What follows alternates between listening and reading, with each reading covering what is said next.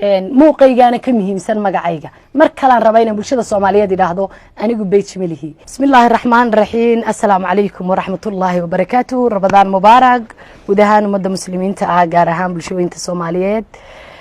ilaahay subxaanahu wa ta'aala bisha barakaysan fadligeeda hayna siiyo khayr aynagu siiyo fadliga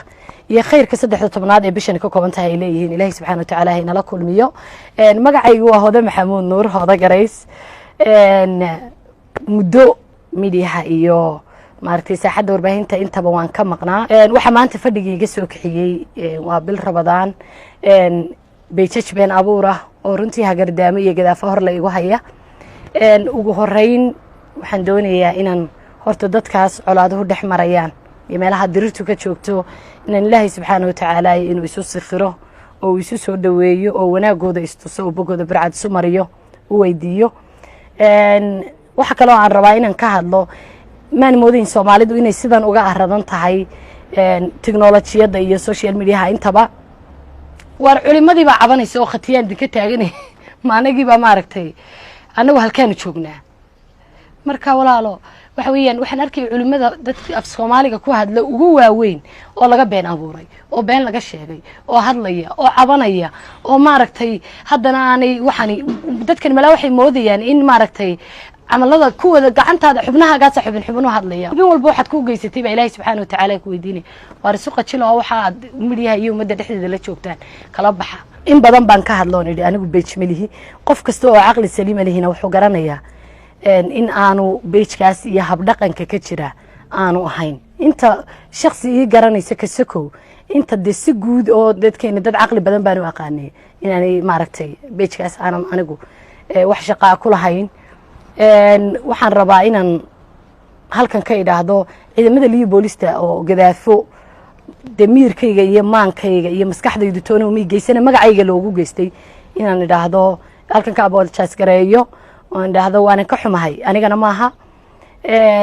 waxaan rabaa beejkaas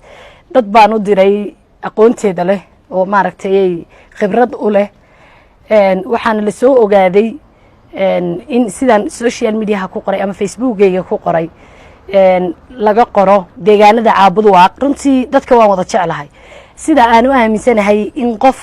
gafi karo oo qalad ka dhici karo oo dad isaga adeedoon kara inuu Hargeysa ka iman karo oo Muqdisho ka iman karo oo Jigjiga ka iman karo oo Kismaayo ka iman karo oo Gaarisa ka iman karo Garowe ka iman karo ayaan u aaminsanahay inuu caabud waaqna ka iman karo waxaan leeyahay niyo dadkii dalka waan jeclahay yaan la inacsiinin si guud de barur baabar qurmise dadkayga waan wada jeclahay mar kale aan rabaa inaan deegaanada caabud waaq dadka ku sugan iyagana idhaahdo raalli ahaada waxaan arkayay in maaragtay dadku siyaabo kala duwan ay uga falcelinayeen dadkuna inuu jismiga ka bukoodo waxa ka xun oo intaas oo jeer ka dib iyo maaragtay hagardaamo badan in dadku qalbiga ka bukoodo waxaan leeyahay dadkayga horta Ilaahay caafimaad sareecana inta bugtaha siiyo magacuna hada qofku maaragtay Soomaalidu dad wanaagsan baan u aqaanaa dibna ka hore uga lama kulmin inaad Soomaalida caan u noqotaa dib iyo dheef way yeelan kartaa dheefteedaas aniga igu badan dadkana inta xun inta wanaagsan baa ka badan waxaan leeyahay wali waan jeclahay dadkaas beejkaas gacanta ku haya maaragtay hagardaamada inta leegigu geysta ama siyaasiyiin ha ku maagaan